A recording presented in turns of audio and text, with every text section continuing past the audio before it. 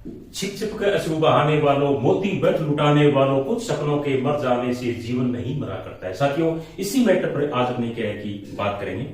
बहुत सारी प्रतियोगिताएं परीक्षा होती है, हमारे नौजवान साथी क्या है कि एग्जाम देते हैं, अक्सर वो क्या है कि इसके अंदर असफल हो जाते हैं और अवसाद से ग्रसित हो जाते हैं। अनेक प्रकार की टेंशन को गिर जाते हैं कि पड़ोसी के बच्चे का चयन हो गया, घर वाले ताने मारने लगते हैं, रिश्तेदार है वो ताने मारते हैं और उनका पढ़ने के अंदर मन भी नहीं लगता और किताब को वो क्या है कि एक साइड के अंदर रख देते हैं। साथियों, इस प्रकार आपको होपलेस होने की जरूरत नहीं है। जिंदगी के अंदर क्या है कि उतार और चढ़ाव आते रहते हैं। इसलिए यह नहीं है कि हम एक एग्जाम दे के आए और उसके अंदर क्या है कि हमारा सिलेक्शन नहीं हुआ और हम होपलेस होकर के, निराश होकर के और अपने आप के मन को मार करके पुस्तकों के साइड में रख करके बैठ गए और कहने लगे कि अपना तो सिलेक्शन है वो नहीं होता। साथियों, ऐसा नहीं है। इस संसार के अंदर बहुत सारे ऐसे व्यक्ति रहे हैं, बहुत सारे ऐसे सफल व्यक्ति रहे हैं, या अपने ऐसे कह सकते हैं कि आप जो उन व्यक्तियों को जो जानते हैं, जो विराट व्यक्तित्व के जो धनी व्यक्ति रहे हैं, उन्होंने अपने जिंदगी के अंदर बहुत संघर्ष किया है। ये नहीं है कि सीधा वो गए और क्या है कि उच्च पायदान के ऊपर जाकर के बैठ गए। मैं राजस्थान के आपको एक ऐसे व्यक्ति की कहानी सुनाऊंगा, ऐसी व्यक्ति के बारे में बताऊंगा जो क्या है कि एग्जाम के अंदर 11 बार फेल हुआ। कितनी बार फेल हुआ? 11 बार फेल हुआ। उस साथी का नाम है गणेश साराम, जो कि बाड़मेर जिले का रहने वाला है। अपनी गरीबी के अंदर और विपरीत हालात के अंदर उन्होंने क्या है कि संघर्ष को जारी रखा। 3rd ग्रेड के अंदर वो 3 बार फेल हुए। कितनी बार फेल हुए?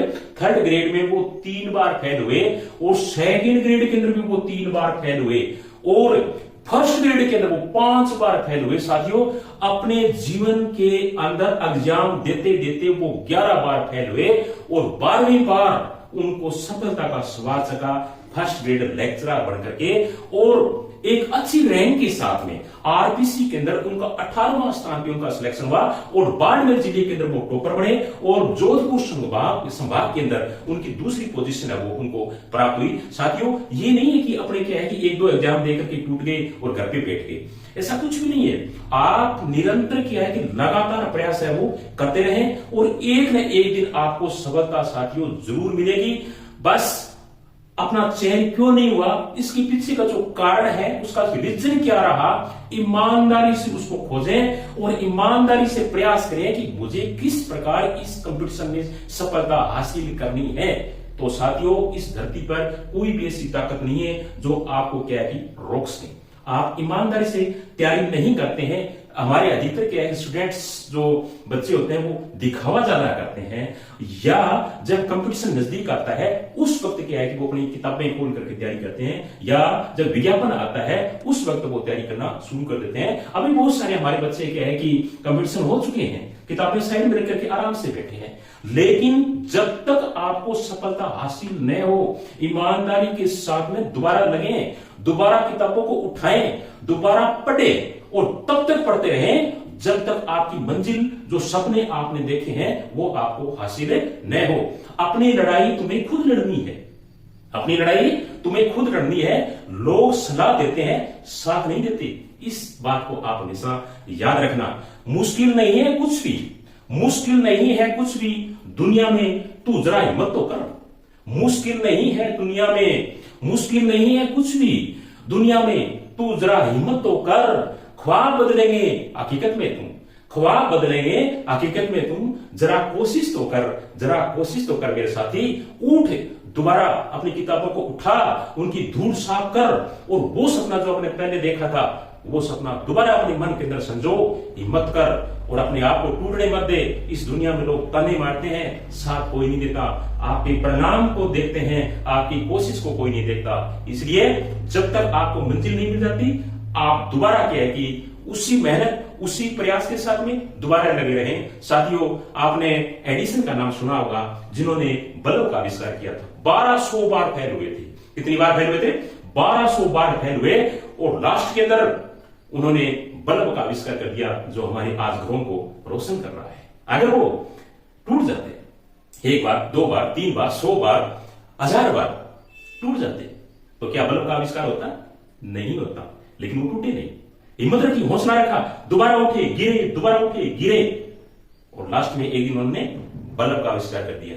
तो साथियों, हमारे जितने भी महान व्यक्ति हैं, सभी का प्रयास रहा है, सभी ने हिम्मत करके क्या है कि और जोश के साथ में, हौसले के साथ में अपने मंजिल को प्राप्त किए। इसलिए मैं आपको कहना चाहूंगा कि दोबारा उठिए, सफलता और असफलता लगी रहती है। लोग क्या कहते हैं, इन चीजों को छोड़ो, उनको परिणाम दो, उनको कुछ करके दिखाओ कि देखो मैं कर सकता हूं। लोग ताने मारते हैं, घर वाले ताने मारेंगे, रिश्तेदार ताने मारेंगे, अन्य लोग आपको ताने मारेंगे कि उनके बेटे का सिलेक्शन हो गया, उनकी बहू का सिलेक्शन हो गया, उनके पड़ोसी का सिलेक्शन हो गया। कोई बात नहीं, टूटना नहीं है। सुनो लेकिन करो मन की, और उनको करके दिखाओ कि हां मैं भी कर सकता हूं। और साथियों, जिस दिन आपने करके दिखा दिया ना, जो लोग आपके एंटी बने बैठे हैं वो एक दिन आपको कहेंगे कि मुझे पता था ये एक दिन करेगा। तो साथियों, उठो, दोबारा उठो, हिम्मत करो, हौसला करो, और उसी तैयारी के साथ लगातार जब तक आपका सफलता आपको नहीं मिलती है, किताबों को मत छोड़ना। शिक्षा वो है, शिक्षा शेरनी की तरह है, शेरनी के दूध की तरह है।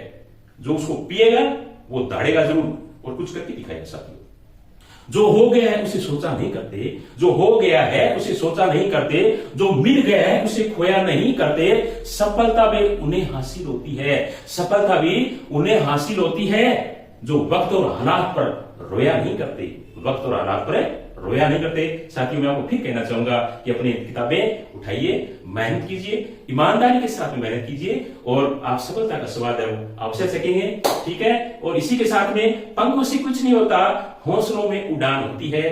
पंखों से कुछ नहीं होता, हौसलों में उड़ान होती है। मंजिल उन्हीं को मिलती है जिनके सपनों में जान होती है, जिनके सपनों में जान होती है। थैंक यू, धन्यवाद।